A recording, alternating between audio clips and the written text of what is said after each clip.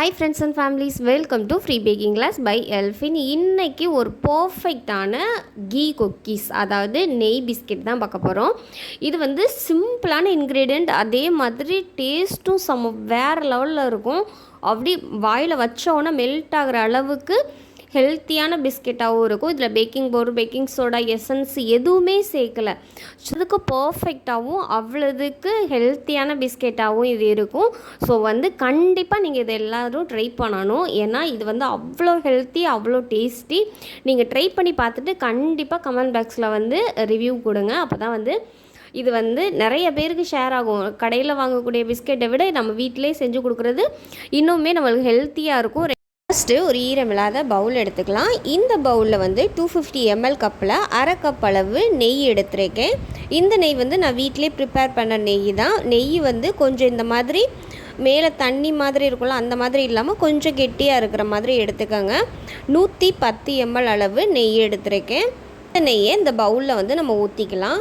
இந்த நெய் கூடவே கரெக்டாக 70 கிராம் அளவு பவுடர் சுகர் எடுத்துருக்கேன். அதாவது 70 கிராம் சுகரை மிக்சியில் நல்லா நைஸாக பவுடர் பண்ணிவிட்டு அதை வந்து இதில் சேர்த்துக்கிறேன். சேர்த்துட்டு ஒரு ஸ்பேச்சுலா வச்சு ஜென்டலாக எல்லாத்தையும் ஒரு சேர வந்து கட்டிகள் எதுவும் இல்லாத அளவுக்கு மிக்ஸ் பண்ணி எடுத்துக்கலாம்.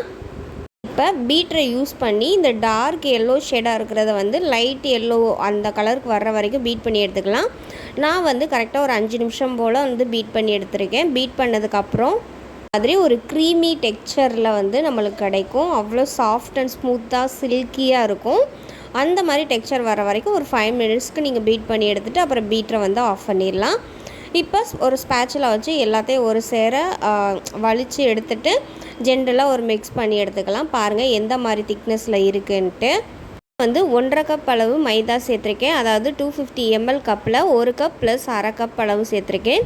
இது கூடவே 15 கிராம் அளவு பால் பவுடர் சேர்த்துருக்கேன். இது கூடவே 1/4 டீஸ்பூன் அளவு உப்பு சேர்த்துக்கலாம். இது எல்லாத்தையும் சேர்த்துட்டு ஜென்ரலாக மிக்ஸ் பண்ணிவிட்டு நம்ம ஒரு ஸ்பேச்சுலா வச்சு சப்பாத்தி மாவு எந்த அளவுக்கு பிசைவோமோ அதே அளவுக்கு பிசைஞ்சுக்கோங்க. எக்ஸ்ட்ரா பாலோ தண்ணியோ இல்லை வெண்ணெயோ இல்லை நெய்யோ எதுவுமே சேர்க்க தேவையில்லை. நம்ம கொடுத்துருக்கதே கொஞ்சம் அழுத்தம் கொடுத்து பிசைஞ்சிங்கன்னா எல்லாமே ஒரு சேர ஒரு பர்ஃபெக்டான சப்பாத்தி டோ மாதிரி வரும். ஸோ வந்து நல்லா அழுத்தம் கொடுத்து பிசைஞ்சுக்கோங்க. லைட்டாக மிக்ஸ் ஆனதுக்கப்புறம் நம்ம வந்து கை வச்சு சப்பாத்தி மாவு எந்த அளவுக்கு பிசைவோமோ அதே அளவுக்கு பிசைஞ்சுக்கலாம். மாதிரி நல்லா பிசைஞ்சு எடுத்ததுக்கப்புறம் நம்மளுடைய டோ வந்து இவ்வளோ சாஃப்டாக இருக்கணும். இந்த மாதிரி இருந்தால் தான் பர்ஃபெக்டாக வரும். இப்போ இந்த டோவை வந்து இந்த மாதிரி பிசைஞ்சு எடுத்ததுக்கப்புறம் நம்ம எந்த பவுலில் வச்சுருக்கோமோ அதிலே ஒரு மூடி போட்டோ அப்படி இல்லைன்னா ஒரு ஃபுட் ரேப்பர் வச்சோ க்ளோஸ் பண்ணி ஒரு 1 மணி நேரத்துக்கு நம்ம வந்து அப்படியே நார்மல் ரூம் டெம்பரேச்சர்லேயே வச்சுருங்க. ஃப்ரிட்ஜிலலாம் வைக்க தேவையில்லை, நார்மலாக ரூம் டெம்பரேச்சர்லேயே வச்சு எடுத்துக்கலாம். இப்போ ஒரு பேக்கிங் ட்ரே எடுத்துக்கலாம். இதில் வந்து நம்ம பட்டர் ஷீட் போட்டு எடுத்துக்கலாம். நான் ஆயில் எதுவுமே அப்ளை பண்ணலை, ஜஸ்ட்டு பட்டர் பேப்பர் மட்டும் போட்டு எடுத்துருக்கேன். இப்போ இது ஒரு ஓரமாக வச்சிடலாம். இப்போ 1 hour ஆச்சு. கரெக்டாக நம்ம மாவு பிசைஞ்சு வச்சு இந்த மாவை வந்து மேலே இருக்க ஃபுட் ரேப்பரை எடுத்துகிட்டு நம்ம வந்து அந்த மாவை லைட்டாக சின்ன சின்ன உருண்டைகளாக வந்து பிடிச்சி எடுத்துக்கலாம். இந்த உருண்டைகள் என்ன சைஸில் இருக்கணும் அப்படின்னு கேட்டிங்கன்னா, பெரிய நெல்லிக்காய் இருக்குல்ல, அதை சைஸ் வந்து மென்ஷன் பண்ணிக்கோங்க. அதே சைஸ் அளவு எடுத்துக்கலாம்.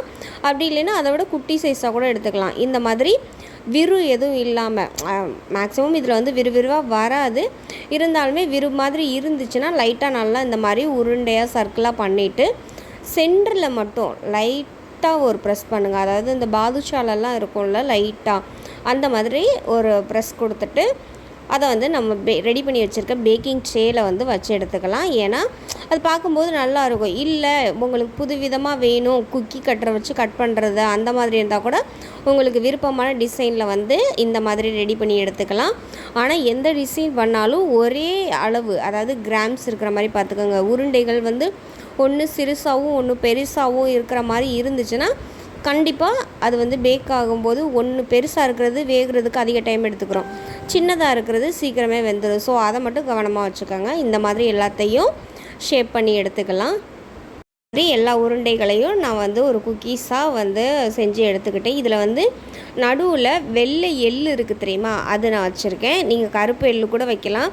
அப்படி இல்லைன்னா லைட்டாக வந்து நறுக்குன நட்ஸு, அதாவது சாப்பிட நட்ஸு, ட்ரை ஃப்ரூட்ஸு அந்த மாதிரி எது வேணாலும் நீங்கள் சேர்த்துக்கலாம் உங்கள் விருப்பம் போல்.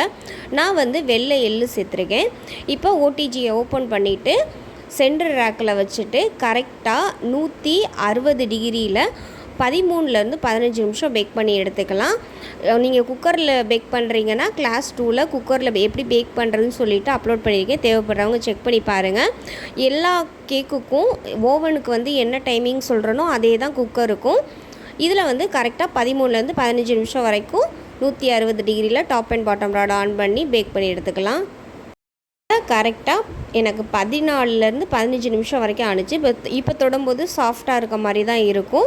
நம்ம வந்து நல்லா சூடு ஆறுனதுக்கப்புறம் நான் வந்து உங்களுக்கு உடைச்சி காட்டுறேன்.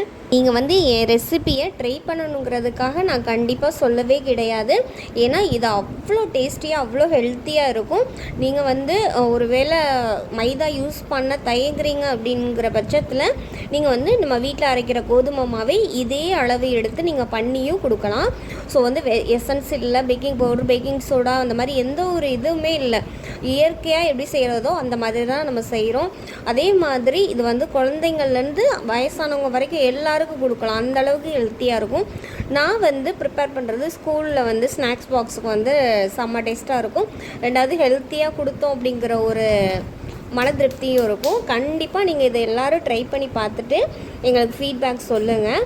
எங்களுடைய சேனலில் போடுற மோஸ்ட்லி ரெசிபிஸ் எல்லாமே ஓரளவுக்கு ஹெல்த்தியாக தான் இருக்கும். ஃபுல் அண்ட் ஃபுல் ஹெல்த்தின்னு சொல்ல முடியாது, ஆனால் இந்த ரெசிபி ஃபுல் அண்ட் ஃபுல் ஹெல்த்தியானது. நீங்கள் பயப்படாமல் ட்ரை பண்ணலாம். ஸோ வந்து ரெசிபியை ட்ரை பண்ணிவிட்டு எங்களுக்கு ஃபீட்பேக் கண்டிப்பாக சொல்லுங்கள். எங்களுடைய சேனல் உங்களுக்கு பிடிச்சிருந்துச்சுன்னா லைக் பண்ணுங்கள், ஷேர் பண்ணுங்கள், கமெண்ட் பண்ணுங்கள், சப்ஸ்கிரைப் பண்ணுங்கள். பக்கத்தில் இருக்க பெல் ஐக்கானை கிளிக் பண்ணி வச்சுக்கோங்க. அப்போ தான் நம்ம போடுற வீடியோஸ் எல்லாமே நோட்டிஃபிகேஷனாக உங்களுக்கு உடனுக்குடனே கிடைக்கும். ஸோ இவ்வளோ நாள் கொடுத்த லவ் அண்ட் சப்போர்ட்டுக்கு ரொம்பவே நன்றி. Thank you for all. மட்டும் இல்லாமல் நிறைய பேர் வந்து ஒரே கமெண்ட்ஸை வந்து திருப்பி ரிப்பீட்டடாக கேட்டுகிட்டே இருக்கீங்க. அதாவது ஒரு கேக் பேக் பண்ணும்போது எனக்கு வந்து நடுவில் மட்டும் கொலன்னு இருக்குது, அது வேகாத மாதிரி மாவு மாதிரி இருக்குது அப்படின்னு சொல்லிட்டு நிறைய பேர் கமெண்ட் பண்ணுறீங்க. எல்லாருக்கும் என்னால் பதில் சொல்ல முடியல. எல்லாருக்கும் அப்படியே ஒரு பேரா மாதிரி நான் டைப் பண்ண வேண்டியதாக இருக்குது. ஸோ இதில் சொல்லிடுறேன். ஒரு கேக் பேக் பண்ணுறீங்க அப்படின்னா மேலேருந்தும் ஹீட் வரும், கீழேருந்தும் ஹீட் வரும். அது ரெண்டும் இல்லாமல் சைடில் இருந்து அனல் மாதிரி இருக்கும். அந்த மாதிரி இதில் வேகும்போது ஒரு பாத்திரத்தில் இருக்கிறதுல சுற்றி அந்த டின்னில் ஒட்டிகிட்டு இருக்கிறதுனால சுற்றி வெந்துடும். அடியிலிருந்தும் மேலேருந்தும் வெந்துடும். அதாவது மேலேருந்து அனல் வருது, கீழேருந்து அனல் வருது. ஸோ டாப் அண்ட் பாட்டம் ரெண்டும் வெந்துடும். சைடும் சுற்றி ஓரளவுக்கு வெந்துடும். ஆனால் நடுவில் இருக்கிறதுக்கு வேகிறது வந்து கொஞ்சம் வந்து டைம் எடுத்துக்கிறோம். அதுக்காக தான் நம்ம வந்து டைம் சொல்கிறோம். பேக்கிங் டைம் இவ்வளோது அப்படின்னு சொல்கிறோம். ஒரு சில நேரங்கள் அந்த டைமில் வேகலைன்னா கூட ஒரு 5 நிமிஷம் அல்லது 10 நிமிஷம் வந்து நம்ம பேக் பண்ணி எடுத்துக்கலாம். ஒரு டூத்பிக்கோ அல்லது ஒரு ஸ்டீல் குச்சியோ ஏதோ உள்ளே வந்து இன்சர்ட் பண்ணி பார்க்கும்போது அந்த குச்சியோ அல்லது ஸ்டீல் குச்சியோ க்ளீனாக வரணும். எப்படி இருந்ததோ அதே மாதிரி வரணும். அதில் மாவு மாதிரியோ இல்லை பிசுனோ எண்ணெய் மாதிரியோ வந்துச்சுன்னா அது வந்து வேகலைன்னு அர்த்தம். அதுக்காண்டி மறுபடியும் அந்த குக்கரோ அல்லது ஓவன்லேருந்தோ அந்த கேக் டின்னை வெளியில் எடுத்துகிட்டு மறுபடியும் 10 நிமிஷம் ப்ரீ ஹீட் பண்ணி அப்படிலாம் வைக்கணும்னு அவசியம் இல்லை.